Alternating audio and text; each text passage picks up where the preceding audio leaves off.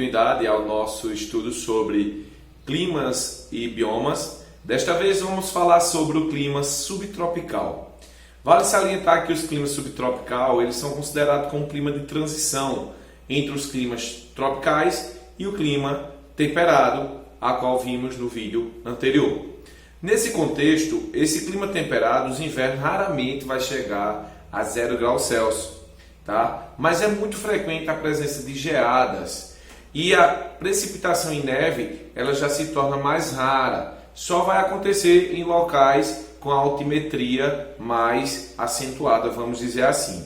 Durante o verão, a temperatura superior a 22 graus Celsius, tá? E as chuvas elas são bem distribuídas durante o ano todo e podem chegar a 1.200 milímetros anuais.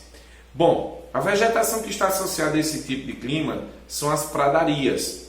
As pradarias é composta por campos naturais, a qual aqui no Brasil ela recebe o nome de pampas. Então ela está presente na América do Sul, no caso do Uruguai, Brasil, Argentina, tá certo? O norte da Ásia também está presente, na Europa, também na América do Norte, na região central e também na África do Sul.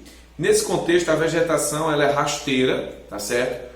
Pouquíssima presença de árvores, quase não há árvores, tá? E quando há, é em pequenos bosques, próximo a um local onde tem um curso d'água, tá certo? É muito comum, o solo dessa região é muito derivado do granito, então você vai encontrar muito max. Max é uma vegetação arbustiva e densa, tá certo? Também chamada de chaparral. Bom, esses solos eles têm boa fertilidade e com isso a ação antrópica vem ao longo do tempo fazendo devastação para uso da agropecuária e também para a plantação, tá certo? Vale salientar o seguinte, que a exploração dessas áreas está provocando um problema ambiental denominado de arenização, principalmente aqui no Brasil, tá certo? A arenização é um processo pela qual o solo ele se desprende aí seus nutrientes, acaba ocasionando a falta de vegetação, deixa de nascer e aí ele começa o processo de formação de dunas. É quase que parecido com o processo de desertificação. Nesse contexto também podemos encontrar no clima subtropical a presença de alguns pinheiros. Então pode ser encontrado também a presença de florestas não, vamos dizer assim, vegetações coníferas, como é comum nas áreas de florestas coníferas, tá?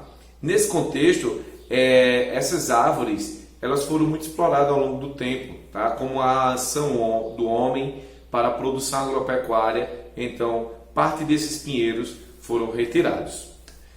Bom, o próximo clima é o clima mediterrâneo. Esse clima mediterrâneo ele é um clima onde você encontra duas estações do ano bem definidas. Ele é o inverso do tropical. Geralmente a gente pensa, inverno vai chover, e não é bem assim. No tropical, o inverno é seco e frio. Nesse clima, é o contrário. O inverno vai chover, é frio, chove, e o verão ele é seco, tá certo? Então, nesse contexto, as temperaturas elas são muito extremas. Por exemplo, no verão atinge 40 graus Celsius, muito quente. E durante o inverno isso cai para 8 graus Celsius. Então são dois extremos aí, né? A vegetação que está associada aí é uma vegetação também chamada de mediterrâneo ou ainda de chaparral, tá certo? É uma vegetação de uma espécie típica dessa região.